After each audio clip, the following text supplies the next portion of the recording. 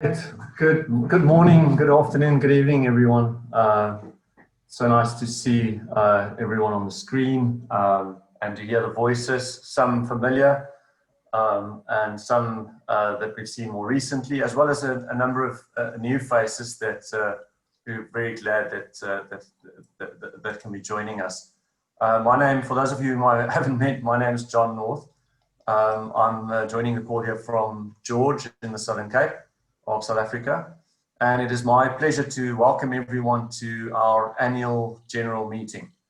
I'm going to say a little bit more about the AGM and its format shortly, but I want to assure you that you're all very welcome. We may have a few people joining us late, and today, of course, is the first of two sessions.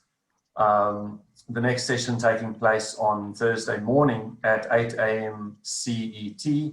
For those that are in other parts of the world, we'll have a number of our colleagues from Asia Pacific region joining us on that call, as well as a few people from Europe that are not able to join us this afternoon. So I'm going to just give you a very brief context setting before we allow some opportunity for more connection amongst those of you on the call. In order to do that, I just want to maximize my screen here. So basically, we have quite a full and very business-like agenda. This is, after all, our AGM, but we would still like to encourage connection amongst those participating today. Feel free to use the chat, and there will be opportunities also for questions, for comments, and our agenda for the day will have some context setting, which I'm kicking off now. We'll then, as I said, allow some opportunity for community check-in, for connecting to others on the call. I'll then continue with some further updates on GRLI's ongoing work, highlight some of the work on towards 2030 that has been taking place. We'll also hear a reflection from the chair of our board, Chair Maxwell. Then roughly halfway through our meeting, there's a short movement break planned, just for comfort and otherwise.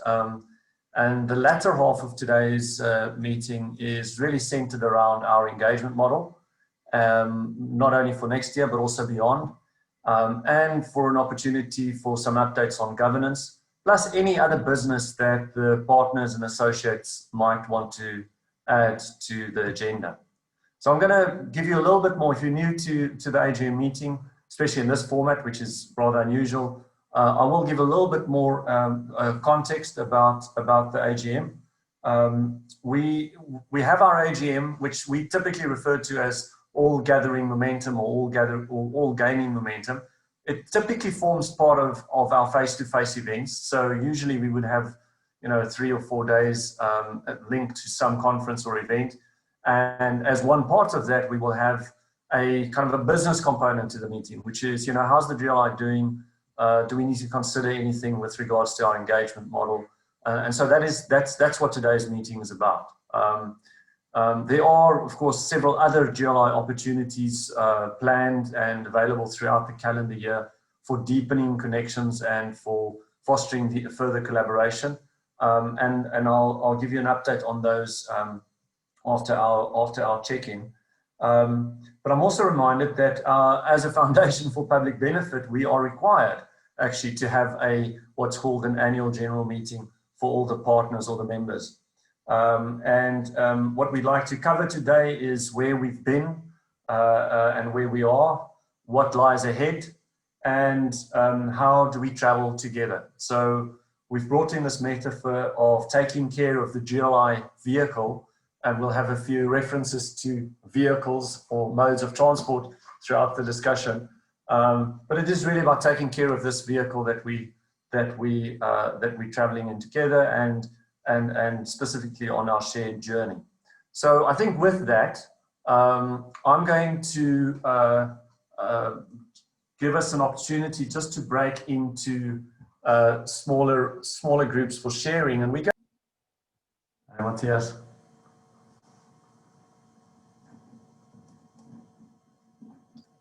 Hey there, hi John. Good to see you. Same here. Yes. Okay, we all back in. Let's see. My goodness, what a lovely full room. Here you go. Oh, Otti stepping into view. Nice to see you. John, we got to get a group. Okay, We got to very get. We got to get a group photo before we leave, John.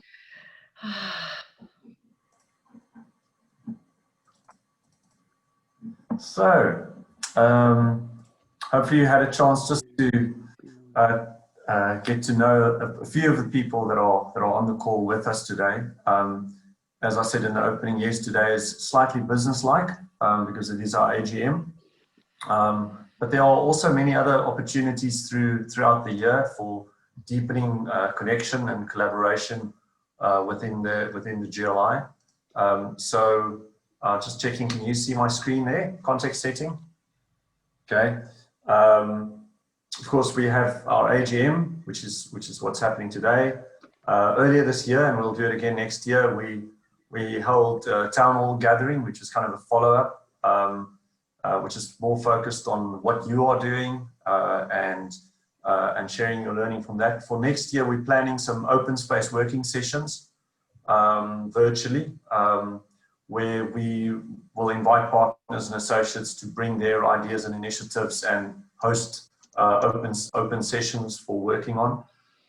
There's also been some requests for themed gatherings throughout the year, hosted by specific partners. So to give you an example, if, for instance, Betty's and Taylor would be interested in hosting a session on well-being in the workplace that the GRLI can help amplify, then we'd be more than happy to do so. We'll talk a little bit later today about this idea for having pods for different partners around the globe, hosted by the various, by the guardians, maybe 4 to 5 partner institutions that meets up on a frequent basis. We of course have the Dean's Cohort events, and it looks like next year we'll be in a rhythm where we have 2 sessions focused on diversifying the conversation and deepening, and then 2 focused on connections amongst various participants. So we already have some offers for hosts, mostly virtual hosts, for next year's quarterly Dean's Cohort gatherings. And then of course the newsletters that go out, the social media amplification, the blog, the publishing opportunities, event partnering, and so forth. So there are many opportunities throughout the year to continue to connect with the GRLI and with the partners and the associates in the network. And also in terms of context setting, I'd like to just bring you a few highlights from the year. And this is by no means entirely complete, but I thought I just wanted to highlight a few things. You know, we set the tone for what the UN calls the Decade of Action, by hoping that we can look back on this decade as the regenerative 20s. So some of you may remember the very first newsletter that went out earlier this year. That theme of regeneration seems to be one that's gaining more and more traction. We had the town hall gathering in January, which also included our agreement to take to the board the proposal that we extend our sunset from 2024 to 2030, which of course has been accepted. Hence the framing of towards 2030 and our essentially intent, which many of you participated and contributed to. There were a number of events and participation opportunities at ASSB and EFMD conferences, amongst others. Continued meetings of the cohort with some reports, which if you haven't seen those are on our website and are also being shared by the newsletter. You know, I thought I'd also just highlight some of the things that some of our individuals, associates, and some of our partners have been doing where we participate. And just to name 2 of them, Carlo, who's on the call here, hosted and facilitated with a number of other groups the Good After COVID conversations. We took part in the one on rebooting education, and a number of you took part in some of the other sessions as well. So, you know, those recordings are available. We participated in the CEO forum hosted by Oasis School for Human Relations, and there's some write-ups on their blogs on that. And we continue to support the Journal of Global Responsibility. We participated, and I didn't even list them, in a number of HESI events, the Higher Education Sustainability Initiative. More recently, hosted a panel with Julia and Florencia on regenerative management education at the EFMD annual conference. Just a number of things that have continued and that build on some of what we discussed in Lisbon last year, which of course was when we last had our AGM.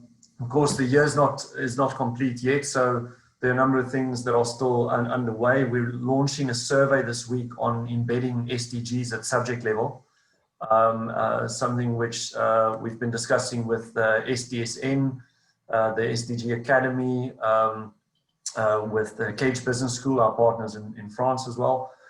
So look out for that. It'll go into the next newsletter. ONFAP Management School is hosting a Deans and CEOs Roundtable late November. We're also kickstarting the conversation on the industry cohort with a focus on family and private business in lines with ABIS on the 2nd of December. So there will be some dates sent out, or some details sent out around that. And then John Knight, who can't join us on the call today, has proposed an inquiry into transpersonal leadership. Some of you already work with John on this. We are awaiting feedback from Global Compact, hopefully before the end of this year, about their seat on our board. So we have written to them several times, and with the changes in leadership at the UN Global Compact, we're expecting them just to regroup somewhat and give us some feedback. And then just peering into next year, there are already a number of things that are being lined up. We're going to be presenting and hosting at the Dean's Conference of AACSB in February, and then one of the initiatives that I'm quite excited about is a small fundraising opportunity that I'd like to run next year, where we take a critical perspective on realizing the SDGs and specifically the role of globally responsible management education in realizing the SDGs. So we'll have more information about that forthcoming.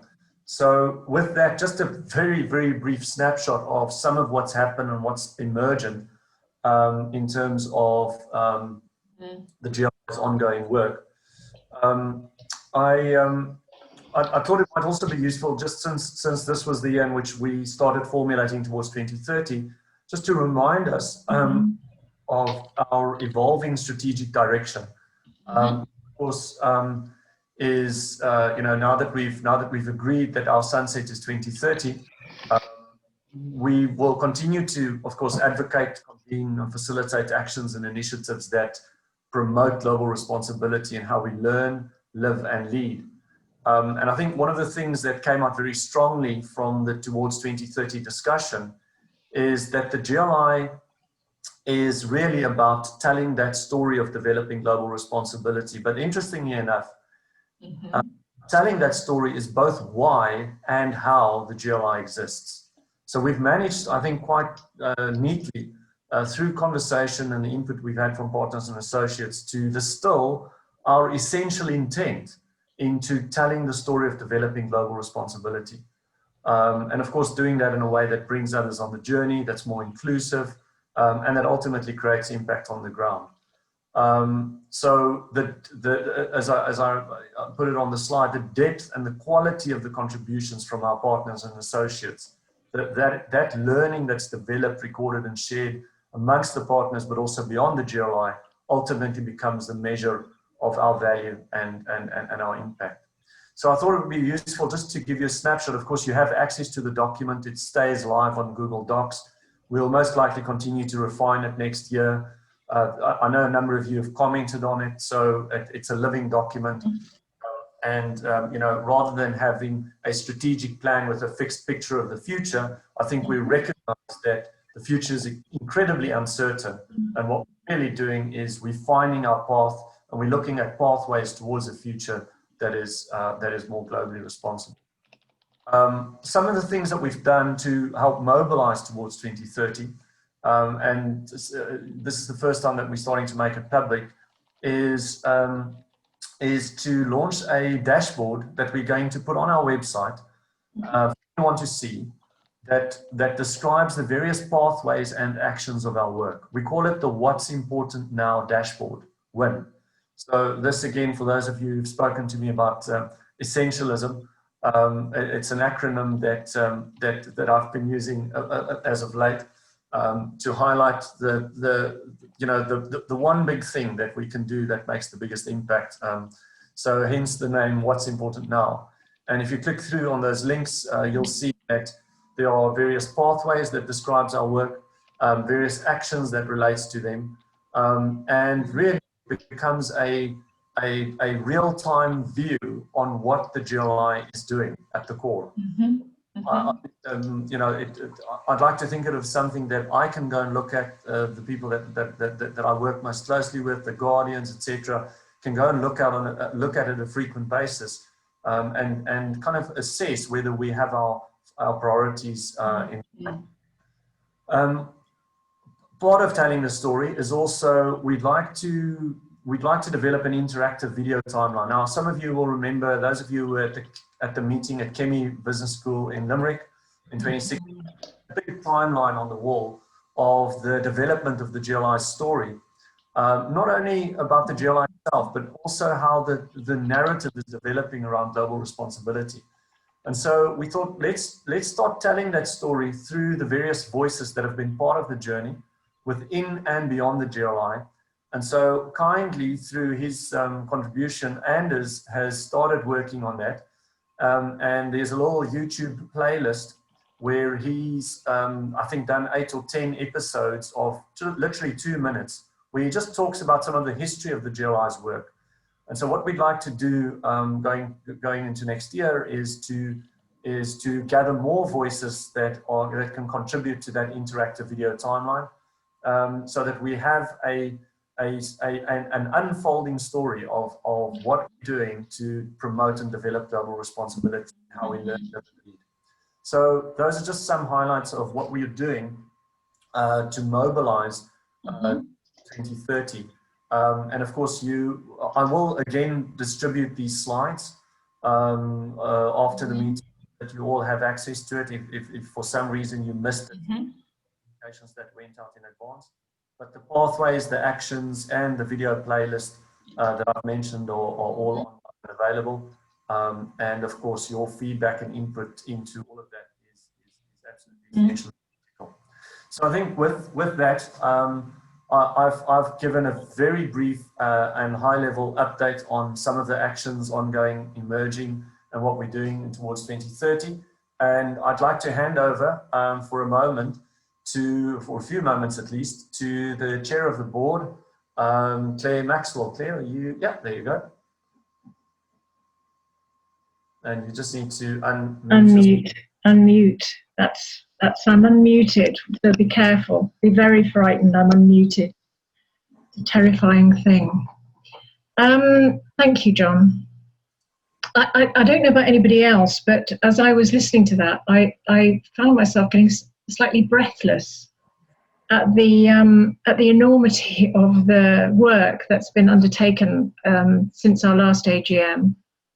It was fantastic to be in Lisbon. It was just wonderful to be able to be in Portugal and in Lisbon, and to be in a room together for those of us who were able to make it. And this is a very different experience, but nonetheless, the brief conversation that I was able to have with the group that I was with was enormously helpful and very touching about the way in which we as a partnership want to support, to help, to reach out to each other and to others within the landscape at this critical time. So part of me is deeply sorry that we literally cannot reach out to each other and be in the same room. But another part of me is delighted that we are able to be so many people together, because Zoom does allow for more accessibility and in that sense. So my role is really to make a connection between what has been and what is to come. there are, as John has outlined, there are so many opportunities coming towards us in 2021, and I'm delighted, for example, that Wayne's on this call, both as a board member but also as a host in Antwerp as we move forward into 2021. And there's so many others who are connected in some way. I won't mention everybody by name, but you are, for those of you who are involved and closer in, extremely valuable to the future of the GRLI and important to us all. So I would suggest that in the years leading up to this pandemic, there have been times when the GRLI, to me, has felt a bit like a comfortable travelling companion. So one that's informed, it's well connected, it's sincere, at times provocative, but providing something of a timely wake-up call to the future, but one which, given the context, I've been able to feel, not that I ignore, but that I can live comfortably alongside. Well, those days have gone. In the interim between inception and now, the GRLI, we have been honing our message. We've been looking at our ways of working. We've looked at our connections, exploring our connections, our alliances and our networks. We've worked on creating a sound infrastructure based on espoused and practiced values, which, regardless of an ever-changing landscape, have remained not only pertinent, but deeply meaningful to the times that we find ourselves in. They haven't changed. The context has changed. And building on firm relational foundations, the partners of the GRLI have co-created effective, transparent, action-oriented projects and connections and governance structures. You have served as vigilant guardians of the integrity of the GRLI. In that sense, the work on the inside, whilst it will never be complete, requires significantly less time and attention than in the past. And I must acknowledge that John, as our executive director, has worked tirelessly to ensure this is the case. I would like to say more, but he will not allow me. As has Anders, who will also not allow me to say more about him, but in his role as Secretary General, tirelessly supported us all in our future. Now feels right for the GRLI to take the inside out, and in so doing to expand the reach, the breadth and the depth of the GRLI's core message, which is being actively engaged with global responsibility in how we live and how we learn and how we lead and how we understand responsibility at the levels of I, we and all of us. If we are to be responsible in any way, shape or form, we believe we have the responsibility to do more, to strengthen and grow our impact, not growth for growth's sake, but to strengthen our impact. And by our, I mean us. I mean us, we who are on this call, the wider partnership, our associates, both individual and organisational, for we are the GRLI. We're supported and held by a core team, ably supported in the amplification of our work by Claire Summer, and in our financial business by the finance team at the EFMD. We are so very fortunate to be guided by the guardians, the board and its subcommittees, audit and governance, our advisors and our strategic partners, AACSB and EFMD. To all of them and to all of you, I send my heartfelt thanks. For those of you familiar with the way of the GRLI, you will know that the partners are consulted at every opportunity and the partners have had access to information throughout the year. But you must be consulted, especially when we're making any recommendations or changes that are necessary to keep us moving forward. In a moment, I'm going to hand over to John, who will share with you our thoughts about the next phase of the GRLI. But to end, I'd like to quote Rebecca Solnit. We want to build a contagion of boldness in terms of global responsibility, and we want to do it now. For when in the world has there ever been a more appropriate, relevant, and critical time? John. It's all just moving around. It'd be great. Anyway, so it was just an opportunity for those of you who needed to move a little bit, who's maybe been sitting in Zoom calls for the entire morning, just to move around a bit. And so, building on the metaphor of this being a vehicle that we're traveling in, I am going to just share my screen again. Let's just do that. And so let me just get this full size. Our context, and I don't think anyone will disagree with this, the fragility of global systems, environmental, social, economical, etc., would suggest that developing global responsibility is more important than ever. Now, we may need a variety of vehicles in which to travel or with which we can navigate the difficult terrain and the uncertain conditions that lies ahead.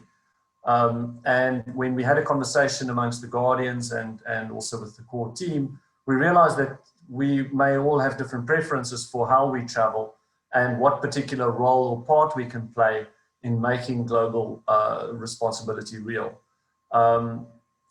What's undeniable is that there are parts of the world and conversations where our work and what we advocate for is underrepresented, and the time is really very much right for us to grow our impact. Perhaps even a fleet of vehicles is needed.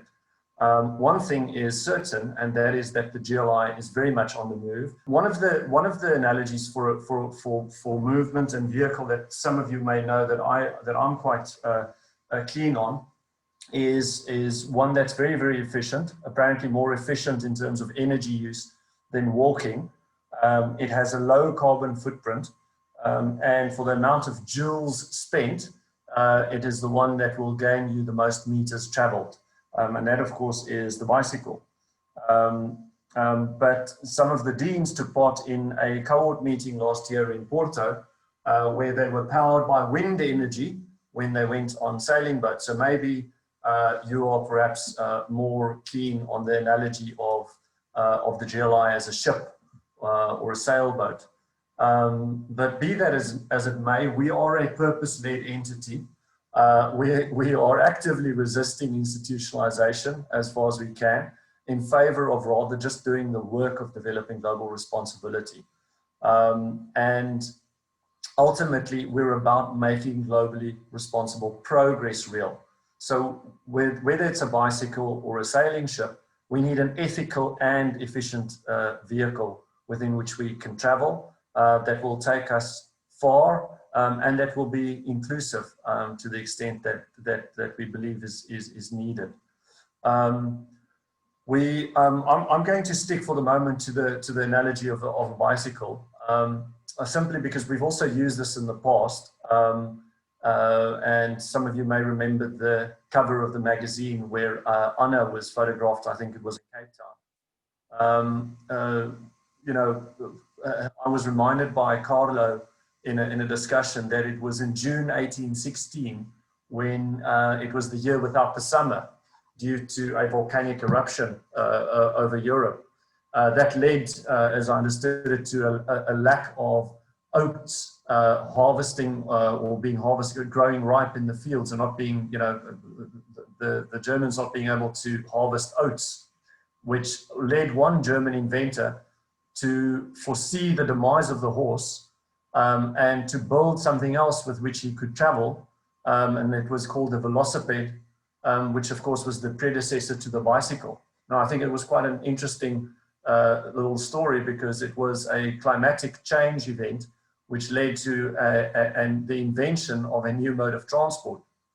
I know that Anna Karanen has also compared leadership with a bike wheel, where some leaders that she's met with has described their role as being a hub that holds the tension between different spokes, which connects the rim to the wheels center. But be that as it may, at an individual, organizational, or collective level, we can think of different ways in which we can look at the GRLI's work and how we travel through the lens of a bicycle. Whether it is a personal commitment to ethically efficient practice and leadership, whether it is at a more collaborative level, getting out of our single occupancy cars and joining the peloton or the social outride or the cycling commuter mass, or at a all of us systemic level, by designing flourishing cities, of which one feature, I imagine, would be that we have more bike lanes. For some of you in France who has seen what's happened in Paris recently. I think suffice to say there are many different modes of cycling, many different types of bicycles, many different disciplines of cycling. And again, I think, you know, whether it is commuters in using shared bike schemes in China, or a Rwandan professional cyclist who's preparing for or taking part in the Olympics, or a bike messenger in New York. There are many different lenses and roles or lenses through which we can view how we travel. Also, we need to be cognizant that there are parts of the world where perhaps people do not have access to bikes, or where they are not allowed to ride a bicycle, as with some girls in India. And our friends at the Wellbeing Economy Alliance actually recently published a very interesting article where Catherine Trebek said, imagine we replaced GDP with a different measure of progress, girls on bikes, the amount of girls that are on bicycles. So I think it's just a lovely metaphor or analogy to the GRLI's work. And if you want to take it one step further, you can maybe look at a bicycle itself and say, what part do you play? Because we need all the parts, the gears, the hubs, the steering, the pedals, the wheels, the seats. We need all those parts and riders to gather momentum. So I wanted to share that because I think, you know, as we think of GRLI's own efficiency and how we travel together, it's just useful to have some analogy or metaphor that we can link to the GRLI's existence and mode of travel. So who are we? Just as a brief recap, we have our strategic and founding partners, AACSB and EFMD. Of course, the link also as a founding strategic partner to the Global Compact. We have full partners, which of course is capped at 25. We currently have 21 full partners. Full partners have governance and direction setting responsibilities. More recently, we've also started involving what we call associate partners that take part in network activities and that associate at an institutional level. So we have currently 7 associate partner institutes, plus a group that grew somewhat this year of independent associates, people who are associating with the GRLI in their individual capacity. What does that translate into in terms of enabling the GRLI? This table is a brief summary of our revenue, our current revenue model, which leaving aside if we have any events which may generate revenue or otherwise, gives us a fairly steady, but I guess you will agree, quite lean base from which to operate. So our strategic partners make a contribution. Our full partners, historically, most of you that joined as full partners would have contributed an annual amount of €5,000. Over the years, we discounted that to those who've participated more than 4 years. So I think at this stage, more or less everybody is on an annual contribution of 3,800. We then halved that to determine the contribution amount for associate partners, which, as I said, looks like a new growth segment. And then we also receive contributions from our individual associates. So that gives you just a sense of what it takes to enable the GRLI in its current form. However, what we have right now is perhaps not entirely what we're going to need for the future. Our work, both in its approach and in achieving impact, it needs to expand, it needs to grow, it also needs to become more representative in how it manifests, both within and beyond GRLI. I've already said that we've been actively resisting institutionalizations. We're not building the GRLI for the GRLI's sake. However, if we were to have more distributed working and enablement, both through our governance and our operations, then we would have a full partnership of 25 institutions. We'll recruit more associate partners so that we have a solid pipeline of future full institutional partners. And thus we can create additional capacity at the core and also enable our governance structures and the partnership network to act visibly on the GRLI's behalf. So basically what we're proposing and what I'd like to get to is that we consider how we might ensure that the GRLI's core is more distributed, is around the globe, and is enabled to support the growing conversation and an expanded network, especially through more associate partners and activities. I think if you look back on this year and the work that's ongoing at the moment, you'll hopefully agree that a little bit more capacity would not be amiss. So we're basically putting up a number of proposals. We would like to invite the guardians, and this has already been discussed, as elected representatives of the partnership to start hosting and facilitating partner pods, which is basically opportunities for partners to meet more regularly, maybe in groups of 4 to 5, which helps ensure deeper engagement of our network. We would also like to have a full partner complement. So there are currently 4 spaces open, and anecdotally, I've heard of schools and institutions that are aware of the fact that the GRLI has a capped partnership, but they are perhaps not aware of the fact that there are currently 4 spaces open. So, this is an opportunity for associate partners that are ready to do so, to step up and to become full partners. But you may also know of other institutions that you think will be complementary to the GRLI's work as full partners. We would therefore like to invite at least 8 new associate partners from the Dean's Cohort and beyond. Maybe just as a reminder, we've had more than 70 different people participate from more than 40 institutions over the last 5 meetings of the Dean's Cohort. So we're definitely going to be reaching out to the Dean's Cohort participants to find out which of those that are not yet associated or partnered with the GRLI might be interested to become associate partners. Then another proposal, we'd like to work with EFMD and ASCSB to involve an additional and complementary strategic partner, perhaps someone beyond business education that will expand our work into other areas.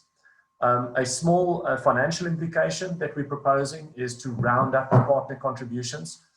Since we've been discounting it for a number of years now, we've worked out that if we were to round up partner contributions by €200 and associate partner contributions by €100, it will help cover some of the capacity that is needed. And then through these actions, what we'll be seeking is to find part-time, what I for the moment call regional associate directors.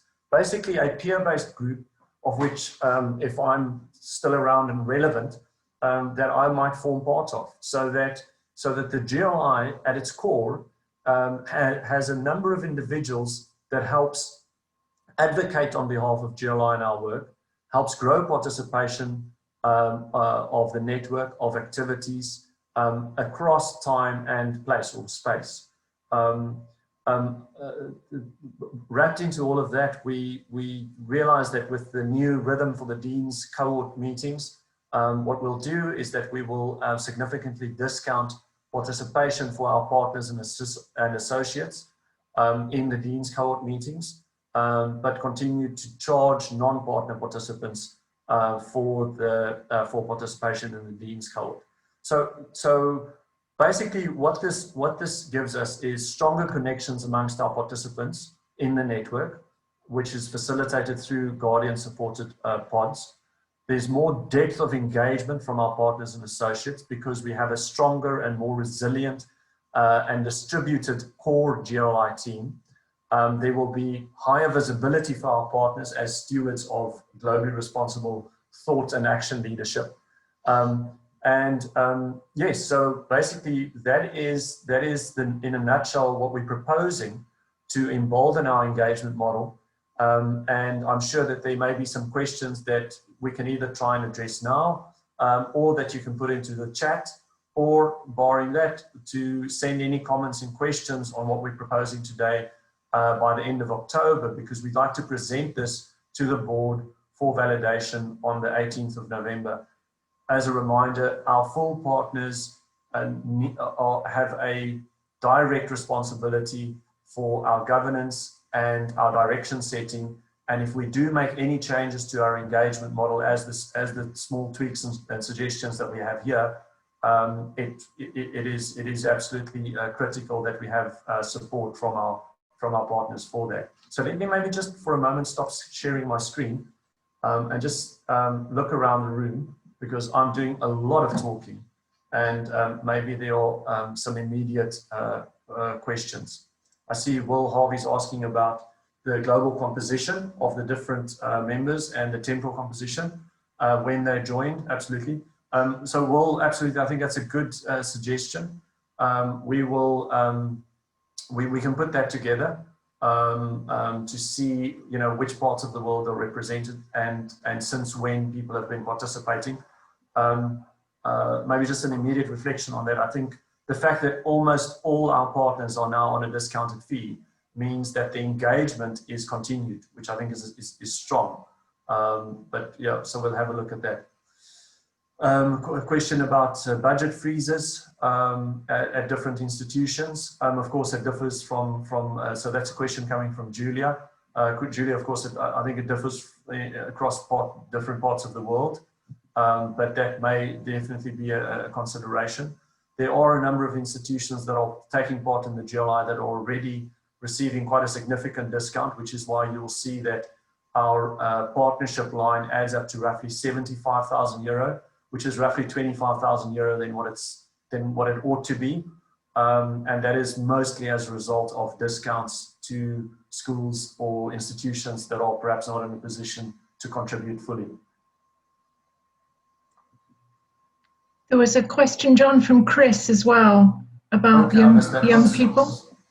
Okay, no, sorry, Chris. I noticed that Simon needs to log off shortly. Simon, I don't know if you're still with us, but thanks so much for joining.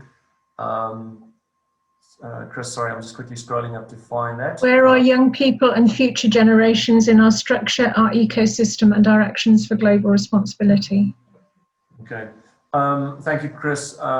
So maybe I don't know whether Chris, whether you're perhaps ready just to share some of our thinking on this. I know Sophie's able to join us for the call today as well. But can you just see, is Chris still with us? Chris Taylor's not. You may have dialed off. So Sophie, we've got Sophie though, haven't we? We've got Sophie. I'm just checking where Sophie is on my screen. Oh, there we go, Sophie. So we've started talking to Oikos. I don't know, Sophie, whether you'd like to say anything about this. We're very much still in discussion. Would you like to say something about this? Oops, you're on mute. I'm sorry, my connection is not that stable, but I guess now you can hear me, right? Yep. Yes. Super. Yeah, so we're pretty early in the discussions, but as I'm just moving into my mandate as the Orchid president, we started basically from zero and we're exchanging about our needs and what we were kind of sensing what the students organizations out there need at the moment, and we were coming up with this idea or this like sense of, okay, what is really needed is kind of a realignment of our shared purpose. What is the direction we want to aim at? And so this is where the conversation is at the moment. How can we create a space to bring the leaders of student organizations together and create a shared sense of purpose there, and a space where we can hold each other. That's a very broad outline. Back to you. Thanks, Sophie. And if I can maybe just add to that, so as Sophie mentions, she's just taking over the role as president at Oikos, and Sophie's been kind of known to the GRLI for a number of years, and know Chris quite well as well. And so what we thought we might do is, if we shape with Oikos and later on other student networks, what I'd like to think of as a now generation cohort. In other words, a cohort that is held by and for those who are incumbent, and that are perhaps not in the position of needing to take care of the status quo, but perhaps still in a position to change the status quo. That we could perhaps bring together leaders from various student networks in a whole person learning environment where they shape the cohort and the work going forward. Yeah, so thanks, Sophie, for joining us. As you said, it's still early days. We have a concept paper on this that I think we're discussing shortly, and it's certainly receiving our urgent attention. I think there was also a question from, sorry, did I miss the question from Will? Anders, did you want to add something to what I had said? Yeah, of course, it's a relevant question, Will, and this is one of the reasons why we are underrepresented. When we started out, we had representation to a large extent in a much broader way in India, Asia as a whole, Latin America, and Eastern Europe as well. So we need to return to some of the things that to the reach that we had originally. That is the intention. We were really global in its true sense, and that was one of the key. When we selected the first group of 21 organizations, that was piloted the first year of working on how to develop the next generation of globally responsible leaders in 2004, 2005. We had all continents on board. And we want to get back to that because the richness that came out of that and the learning from that diversity was enormous. So I would say Eastern Europe, Russia, Middle East, India, Africa as a whole, Asia as a whole, Latin America, and China are very much there to come on board in one way or another. We're still very much northwest and to some extent then Africa.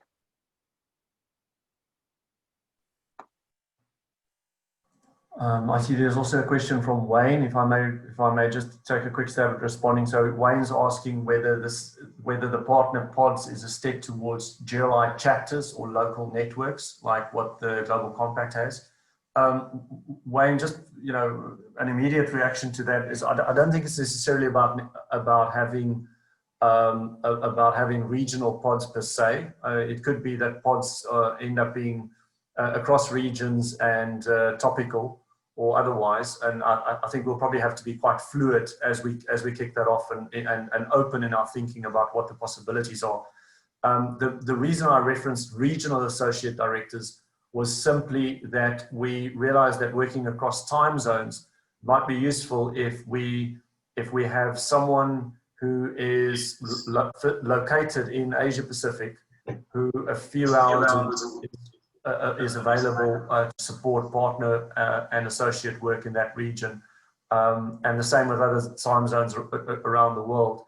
I'm also looking at kind of the core functions of my office, in terms of holding the governance, the finance, the operations, the network activities, and the communication, and realize that we have recently kind of well, it's been nearly 2 years now, but Claire Summer has really stepped up as a director for amplification, if you will, and that perhaps what we need to look at is having a number of what we might call regional associate directors that supports us with various functions and across time zones. So it was not so much about creating geographic chapters as it were about creating pods of learning, which will most likely be driven by mutual interest. And then obviously the convenience of time zone if it is relevant. I see there's also a hand raised from by Will Harvey. Sorry, Will. Yeah, you wanted to respond to Anders? Thanks, John. Yeah, really interesting. One thing just to consider alongside the practicalities of kind of a regional way of organising is also to reflect on maybe thematic ways of organising. So are there certain themes related to GRLI's remit that we or particular regions see as really salient over the coming few years? So that would be another way of really getting almost like a task and finish group together to really focus and hone in on a particular area, which could then report back to this group. That might be another way of thinking about organising. Thanks, Will. That's useful input. Thank you so much. Just checking out. So there was a question from Stacia, and I think then there's a question from Miriam. Stacia, did you type your question or did I just miss it? No, I did, but it was a similar one about the pods and regional chapters or the regional association directors you mentioned. So I think you've addressed it, John. Thanks. And Stacia, thanks so much for joining us. And we're also looking forward to meeting your new dean soon. So thank you so much for holding the space in this time. It's wonderful also your participation in the cohort. So really glad that you're here. Maybe one thing to add, just to the also to the pods. The idea was, I think one of the things, and maybe one of the guardians would like to add on to this, but I think we noticed that the guardians, as a group of around 6 people, found quite a bit of value for themselves personally and for the institutions in having a regular check-in with the GLI because of their role as guardians. And to some extent, the partner pods was almost an idea to extend more of how the guardians are working together to the broader partnership. I don't know whether any of the guardians might want to just say something about that, but I kind of got the sense that the guardians knew that they had a rhythm for checking into their GLI community, and so we're also looking at whether in pods of 4 or 5 institutions with a number of individuals associated with each, whether it would make sense to have that rhythm. Just checking if anyone would like to add anything to that. If not, then I'll move on to the next question. John, yeah, just to fully support everything you've shared there, I think the thematic idea is absolutely one that was in the Guardian dialogue, just about being a point of difference, really, and rhythms and relationships are really, really important, and I'm going to talk a little bit about the Guardians in a moment, but they've really helped us in what's been a really tricky time, and inspired and given us energy and kept us going. So there's lots to the pods to explore. I suppose today is just sharing the concept, seeing levels of engagement, and then there'll be a process to look at, well, what does design actually look like? And we want to engage and collaborate with as many of you as possible to shape that. Great, thanks. I'm going to move on to Anna's question, and then I see I think there's a question from Miriam, and then I think Sheila's also raised her hand. So Anna, absolutely. So Anna's asking, is there space for calls for partners within GRLI to jointly create short-term programs, for instance? And I think the short answer is yes, absolutely. In fact, coming out of the last Dean's cohort meeting, Wayne put out a call for a potential shared program amongst the Dean's cohort participants. If it's not in the news, in the draft newsletter yet, maybe Claire Summer is just something to take note of, that we add that call from Wayne into the newsletter. Yes, especially please, because I managed to wipe out my hard drive a week ago, so I don't know who responded to say they were interested. So it would be great if people reach out. Right. So fortunately, we still have record of that email and communication, Wayne. So we'll make sure that goes on. And I know typically what works well is if you have a proposal for doing something, what we find is if you write a little blog article that says, we're wondering about this because we think it's important, who would like to join us in discussing it? then we find ways of amplifying and connecting you with the rest of the network, and we encourage you to do so. So thank you very much for that question. It's a great idea. And then Miriam asked, is there any news on the partnership with ABIS and possibly other organizations? And so I will ask for some support on this question, but just in terms of the alliance with ABIS, very much alive. And in fact, I meet with them quite regularly, but specifically we will be co-hosting the cohort that we're kickstarting on family and privately owned business. So I'm working closely with someone who's recently appointed at ABIS, Jason Chang, to put together the kickstart meeting for that, and it will be kind of co-branded, if you will, ABIS and GRLI. And I know also that the chair of the board, Claire Maxwell, you met with the president of ABIS yesterday. I don't know if there's anything you want to add, or maybe just to confirm that there's continued. Yeah, just to acknowledge that the dialogue and the relationship is very much alive. There's nothing particularly that I can that I need or could report at this point, but just to say that the connection, it's taken a while for us to gather traction. I think that would be the best way to describe it. And that's to do with our own core teams, the work that they have to do, but also the changes of leadership at ABIS. So, but we feel, rightly or wrongly, that we are gathering traction and that the relationship is definitely strengthening in terms of action as well as relationship. And possibly other organisations, I think it would be fair to say, John, that we over the last year have made connections with a number of other organisations, not necessarily as formally, but certainly as strongly. Absolutely, thank you, Claire. And just to mention, one of those is, of course, GBSN. We, as some of you may recall, we had our AGM last year immediately following their annual conference. And this year we'll be hosting some of the streams at their annual conference. Specifically look out for the one on decolonizing business education, which of course is an inquiry that was kicked off once again in 2016 at our meeting in Limerick, when I think Alison Kemper asked, a few of you to gather for a discussion on decolonizing management education. So, so we are, collaborating, if you will, with GBSN. So we're an event partner there. And then also with a number of other entities, including, of course, Oikos, which we're in the process of developing our shared agenda. And then through the Higher Education Sustainability Initiative, where we continue to play an active role in driving some of the initiatives. Of course, we're fortunate that we have here on the call today Florencia, who's currently the co-chair of HESI. So Florencia, it's so nice to see you here. And we're also looking forward to some exciting continued collaboration. I just want to check. There was a question from Sheila, but I don't seem to have it in front of me. No, no, I had my hands raised, John. Thanks, but I think my question has been answered. I think the idea of pods generally is brilliant, and I suppose I just wanted to say the usual GRLI law of 2 feet, I assume, will apply in that people can move around or whatever as. Yeah, no, absolutely. It's got to be fluid. I think that's key. Is I think as soon as people feel institutionalized in the GRLI context, it doesn't feel like GRLI. I know that's kind of a test for me as well. Is it starting to feel like a traditional entity? And no, I think it's absolutely it's an experiment, as with everything. To see whether we can foster closer and deeper connections amongst various partner groups that finds a rhythm with each other.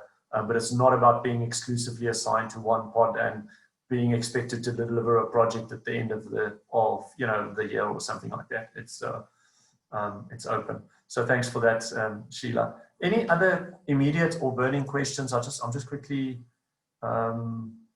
scrolling through. If I've missed anything that's been asked, would you mind just raising your hand or waving at the screen just so I can see that we haven't missed?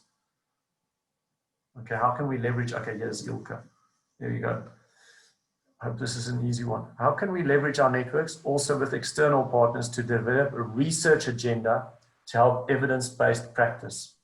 Yeah, so one thing I had in mind is, for instance, the question we discussed in our group around responsible leadership. So how do we define that? How do we define that now, post-COVID? And that's just one example. I mean, there are lots of questions to look at, including questions around the circular economy. So how can we leverage us as a group and then external networks?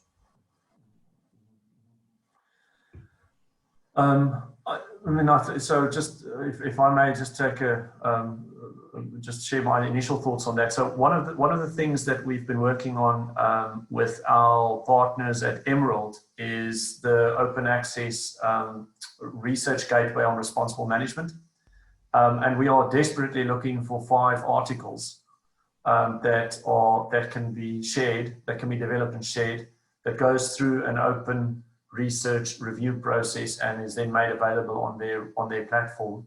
I don't know whether that would be relevant to some of your immediate needs, Ilke, but I should flag it as it is something that we've been amplifying. There's also, I think to some extent in my response to Anna earlier, there's always the opportunity, if you have specific research questions that you hold and that you want to collaborate on, to bring it so that we can amplify it and connect you to others in the landscape. I'm going to give you an example. We've built quite a strong relationship with some of the working groups on, for instance, anti-poverty, and regularly, gets a mention in Malenko's newsletter, and they're always reaching out to us to participate in the events. So it may be that you have a research agenda focused on anti-poverty, and we can connect you to that group. I think the key being that if you register it with us in such a way that we can help amplify it via our social media, via our blog and our newsletters, then you gain more value out of your participation in the GRLI. But I'm going to keep record of your question and also look, because it feels as if I'm not able to fully respond to you now. There are actually lots of opportunities that I think that we should consider.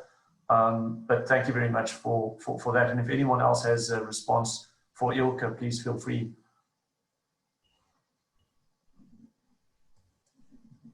Yeah, thank you. That's helpful. I think also with a view to emphasizing the evidence-based kind of foundation to have more impact through basically a strong science base. And we've got that, but that's again maybe a way of also amplifying what we do. Okay. Okay, so I think I'm just looking around the room. I don't think there's anything else at this stage. But as I said before, please send comments and questions on our engagement model and any other ideas you may have for us to have by the end of October. We'd like to present to the board for validation our updates to the engagement model. There will be further discussion on Thursday morning.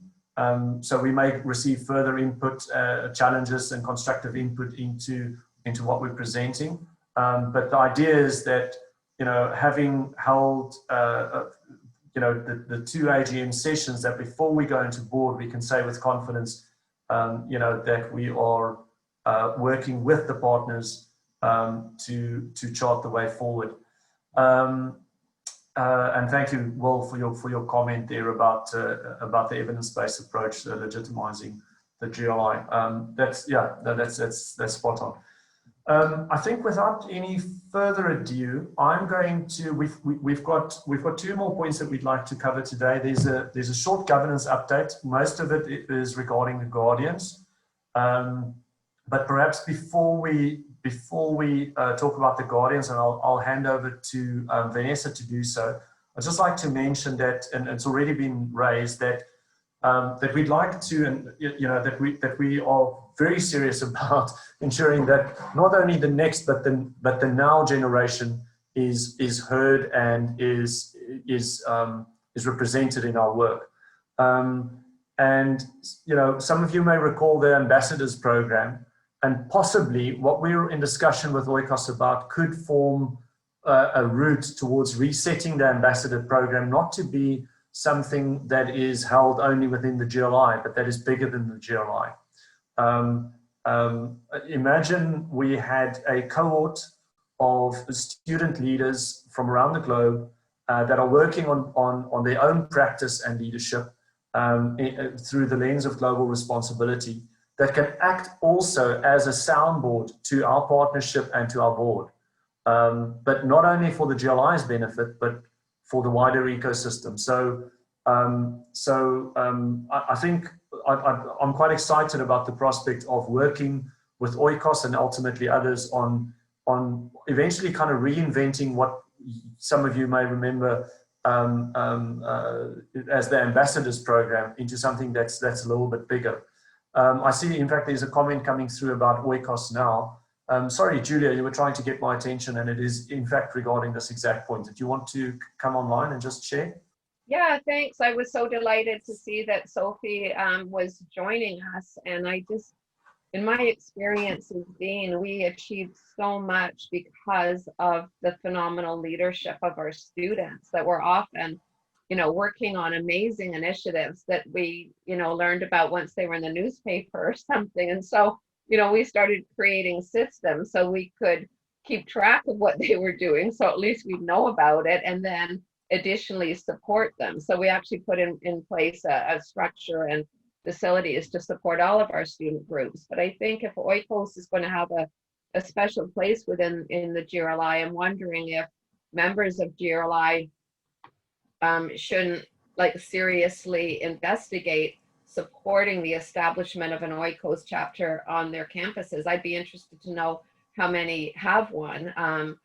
And then if we all, or the majority of us had them, could there be a future meeting where we brought our Oikos rep with us and, and looked at how we could support more activity driven by student leadership on our campuses. And I know Oikos played a big role in the implementation of the positive impact rating, for example. So I think there's all kinds of opportunities where we could really benefit from the ideas and the energy of our student leaders. And I wanted to make sure that was, that we didn't lose out on that suggestion. Thank you.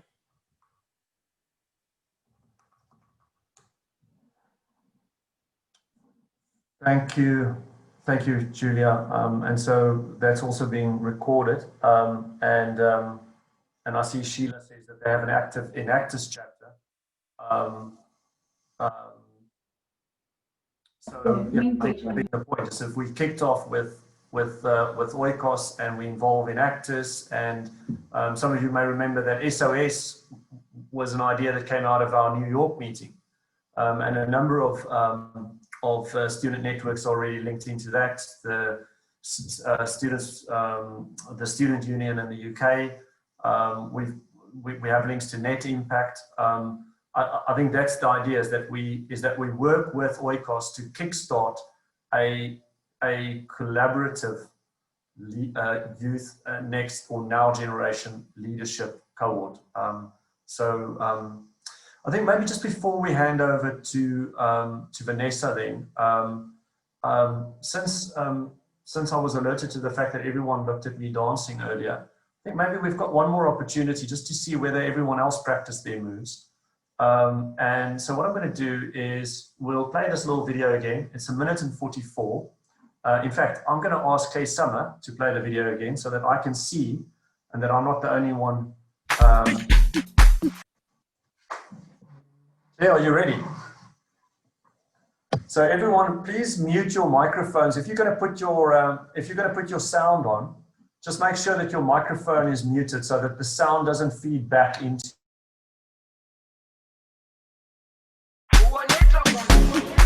Jerusalema ikayalami ilondoloze uhambe nami zungangishilana Jerusalema ikayalami ilondoloze uhambe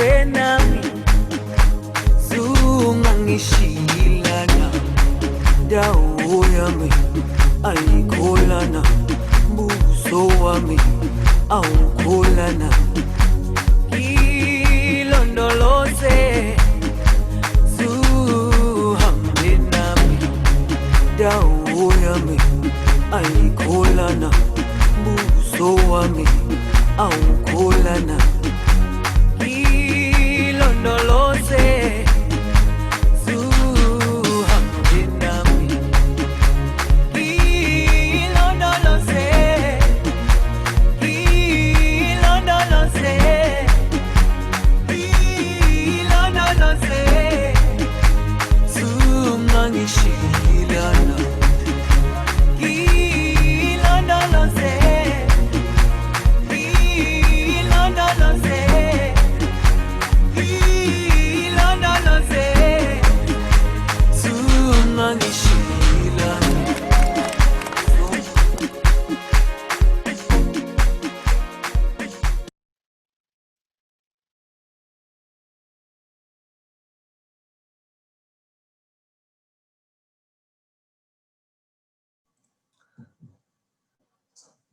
I told the girls that I'm in a very important meeting today, and they're not going to believe me.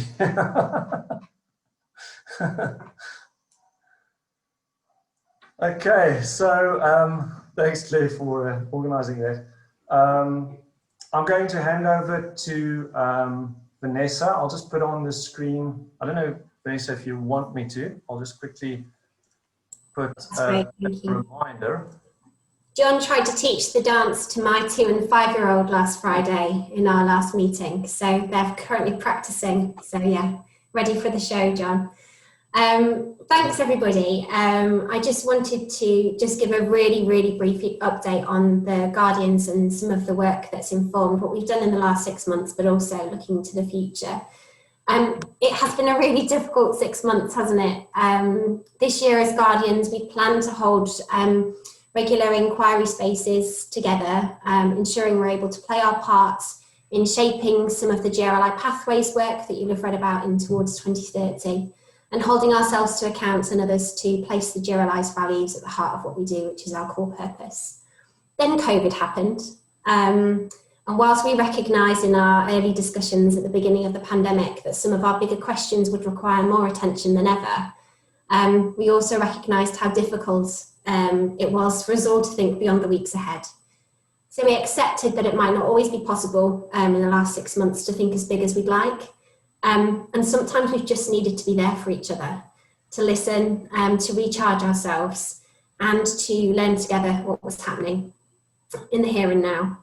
I've really appreciated it, and the kindness, the connection, and the passion for the inquiry together on the bigger questions emerging, knowing that for each of us personally, it's not always been easy with COVID in our lives. It's this experience that's enabled us to think to the future and consider what we need to do as a Guardians group into 2021. So as we look into next year, we've acknowledged that we're a really small group, and we do need some more support to create greater impacts together. And this has led to 2 key decisions. Firstly, we invited applications for new Guardians elect. This planned to strengthen our reach, catalyse our thinking, and to help to shape our engagement model further with our partners. And we are really delighted to welcome Florencia, Simon, Anna, Adrian, and Nicola as Guardians elect. Just thrilled to have received the applications, reviewed them together, and know that we're setting ourselves up well for next year. And we're really looking forward to our time together to onboard, connect, and start that collaborative working. And we've also been working with John to support how we strengthen our engagement model, so feeding in our ideas to some of the things that John's shared today, and to clarify our role in enabling it, gather our insights, harness our connections, diversify, think differently. So we really look forward as a Guardians group to be shaping what pods really look like in 2021 and working with you really closely. So we're really excited about the opportunities ahead. We want to share more about who we are across the network. So hopefully over the next few weeks and months, you'll see a little bit more from us on the blog, who we are, whole person biographies, and some of the inquiry questions that we're working on together. So that's us, and we'll be in touch next year.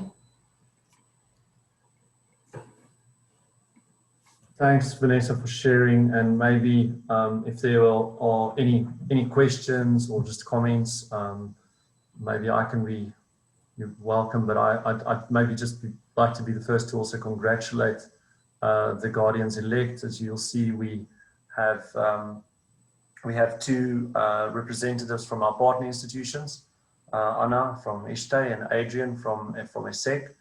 And then we've always had in the statutes the provision for having by-invite guardians.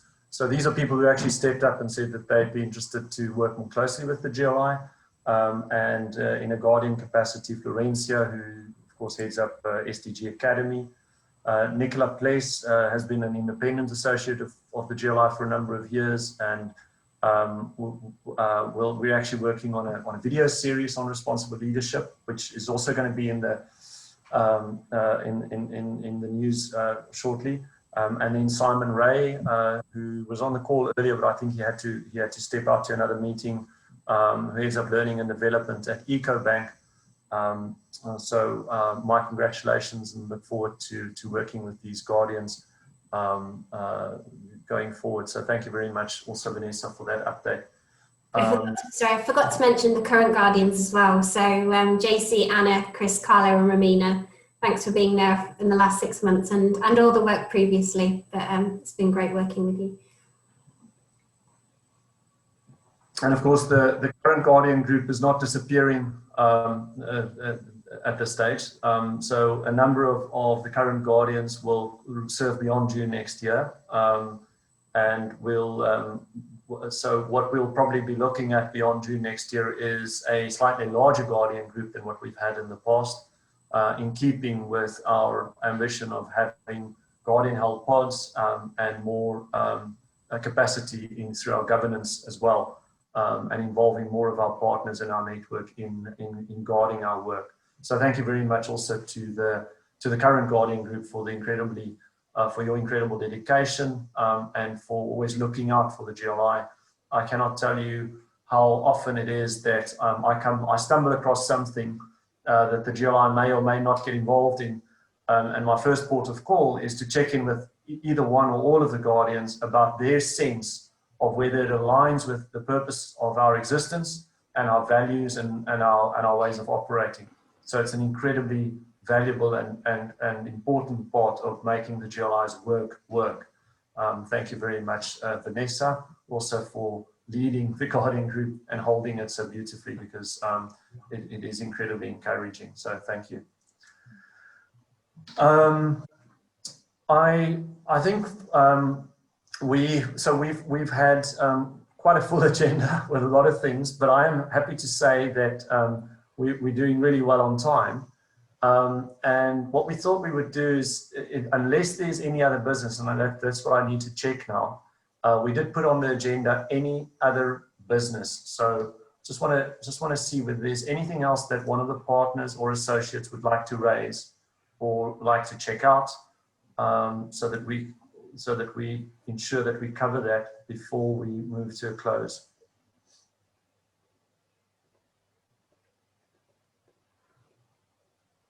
Okay, I'm not seeing any hands, so just quickly seeing. Okay, there was one other thing. Let me just maybe, and I may turn to Claire Maxwell here just to also back me up if there's any. There was one other thing, which is we also need to recognize that there's new AACSB representation on our board, and that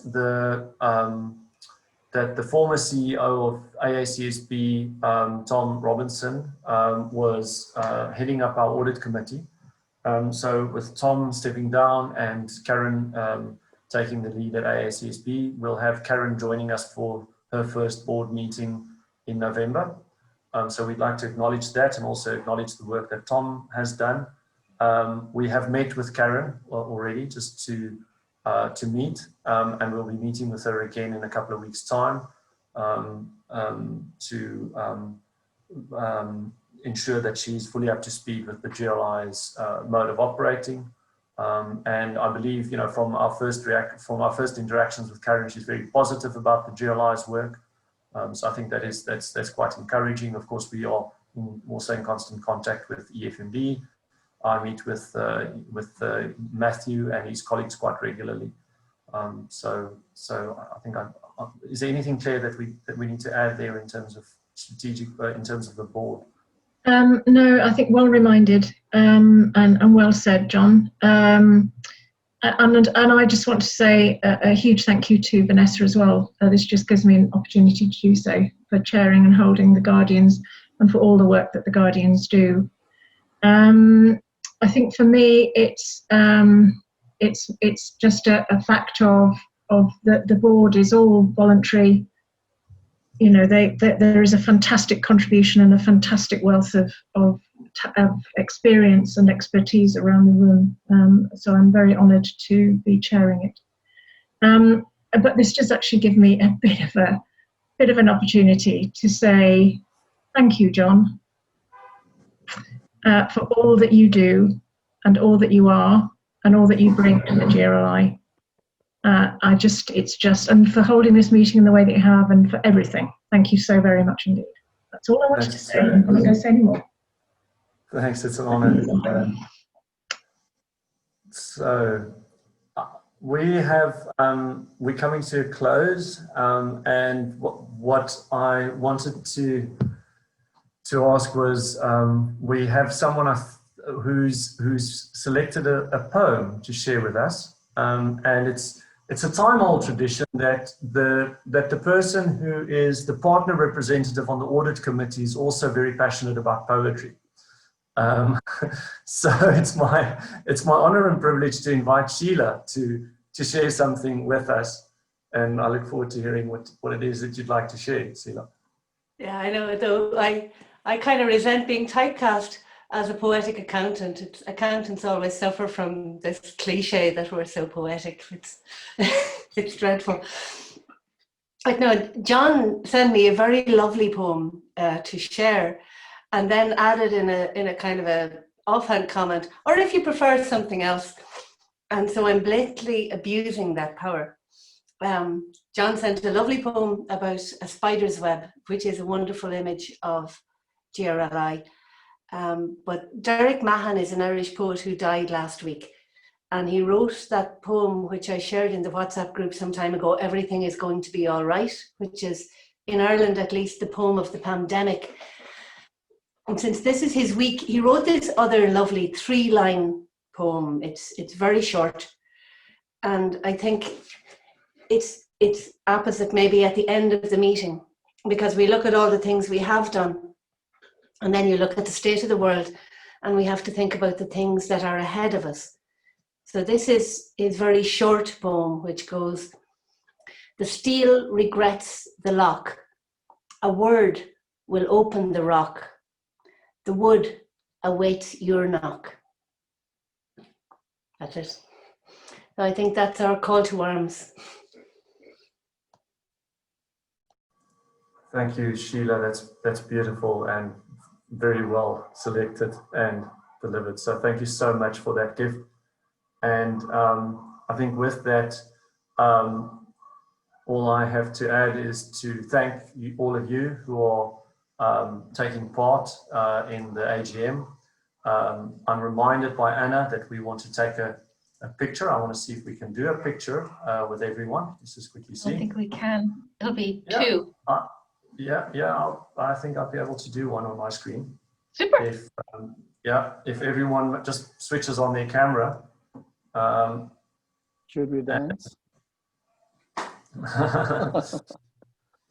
Okay, there we go. I see there are a few more cameras that are getting switched on.